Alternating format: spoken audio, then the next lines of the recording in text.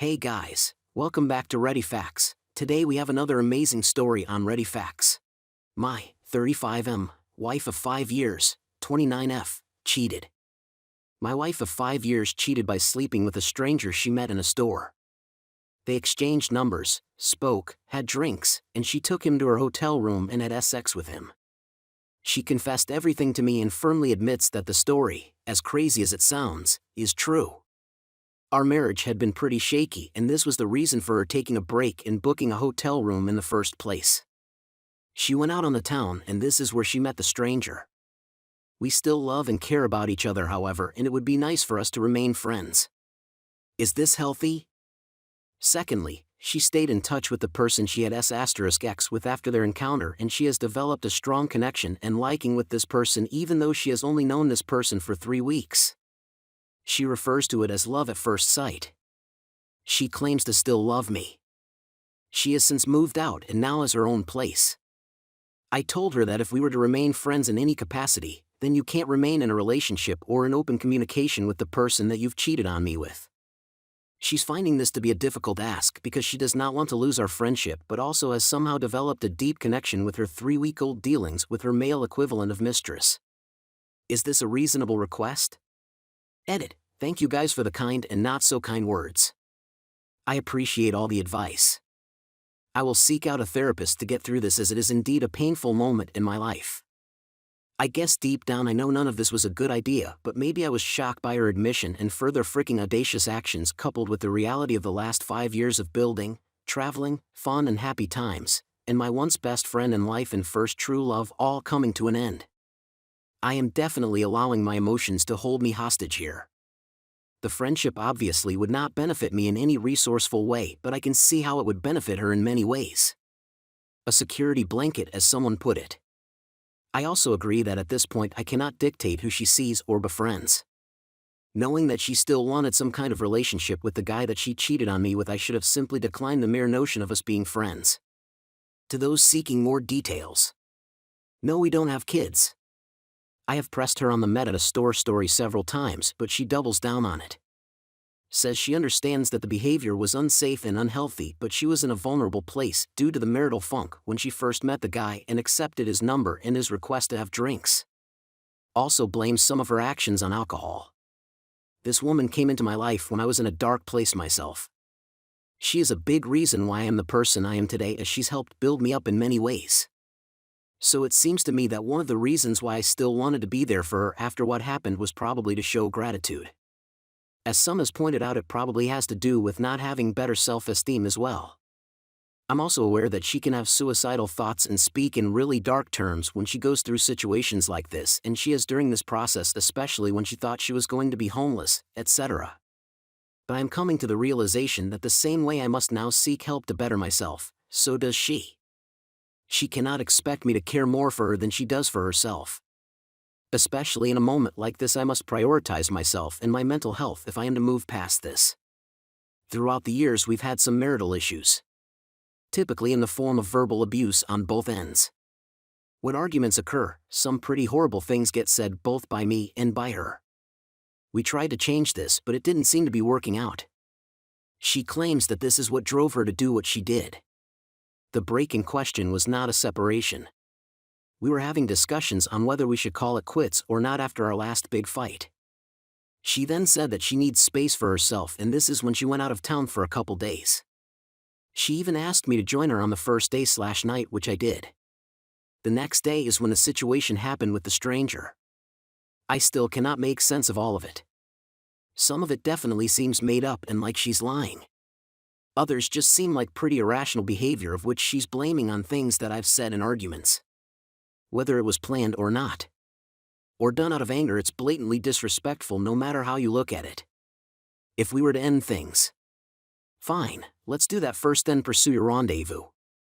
As much as it still hurts and as painful as all of this is, I am now filing for divorce. I stopped all contact with her, except for how to distribute our assets, and I'll be getting a therapist. Thank you for your time, words, encouragement, and advice. It has helped me gain some clarity on things I was in obvious denial about. Story 2. I have to share this obnoxious story with you guys. So, I've been married to my husband for 14 years now. About 2 or 3 years into our marriage, I was doing laundry and forgot to check the pockets. So when I was pulling the laundry out of the washing machine, I checked the pockets. To my confusion and horror, I found the top part of a ripped condom wrapper in his pocket. It was pretty small, but had the serial number on it and it matched our pack. The thing is though, we had stopped using condoms 9 months before I found it. My husband claims, and still does even after finding out about his multiple affairs this year, that he never cheated on me at that time, and said it must have gotten stuck inside the drum of the washing machine and then somehow washed out and landed inside of his pocket 9 months later. How absolutely ridiculous is that? I almost left him for that, but everyone in my family and has reassured me that he loved me and would never do that to me. Imagine everyone's surprise this year. I stayed because I had no hard evidence and didn't want to throw away what felt like an amazing marriage with my best friend over something that might not have really happened. Hindsight, right? At least I have a wonderful child from this SHT show of a marriage. But that story has always rubbed me the wrong way. There was also a woman he worked with that was always giggly and blushing around him. Pretty sure she's the one he had sex with. Can't wait for AP to see what kind of prize she's won by taking my husband. Update, missing WH today. Well, who I thought he was. The road to healing is so weird. At first I was so low that I didn't feel like my life would get any better. I remember posting a Facebook post 5 months ago asking people how more people didn't kill themselves during a divorce. It was something that I thought of often, and never did because of my love and responsibility to my child. Then I started having days where I could breathe. I noticed the sun on occasion and there were parts of my day where I wasn't anxious. That gradually turned into days where I felt okay, and now I have more good days than bad. But why do I still have days like this? It's so crazy to me how much love I still have for my husband, even though I also feel like I really hate him. I still love him so incredibly much.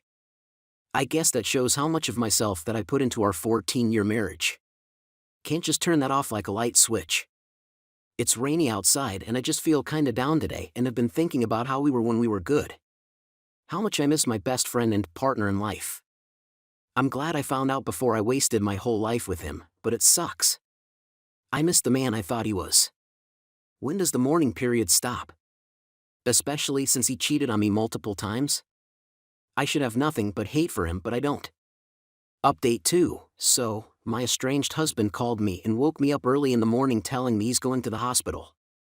He said he's been having anxiety and panic attacks non-stop and that he can't sleep. I asked him if him and AP have been fighting, and he replies with no, not at all. The only thing going on in my life is our divorce. And I replied with, well, maybe that's what's bothering you. Is it bad that I was ecstatic to hear that he's been having extreme anxiety and that he can't sleep? After I had to go through months of that after he chose AP over our 14-year marriage and moved in with her? I feel like karma has been doing work. AP gets to see all of the bad sides of him other than his cheating now, since she's already experienced that. I often wonder if he's already stopped cleaning up after himself yet, or if he's drinking himself into oblivion like he used to when we were together. I wonder if she is starting to feel like she's taking care of another child yet. Speaking of, during this phone call, he asked to talk to our son because he was panicking. Our son wasn't up for school yet, as it was early, and I told him this. He said that it was fine, and that he'd call him after he gets off of work. He of course didn't. It's been 17 days now since he's called his son just to say hi or I love you. He tried calling once on Christmas, but we were in the car driving home with a bad signal, so he said he would call him back. He never did. What kind of a father never calls his child back to ask him about his holiday and to tell him he misses him? Our son has tried to call him multiple times, but he never answers or calls back. Just occasionally messages our son TikTok videos over text with no words attached to them. Is it bad karma for me to be happy that he's suffering the way that he is? It's even affecting his job, and money is more important to him than anyone or anything. So yeah. I'm cautiously ecstatic that things aren't going well for him.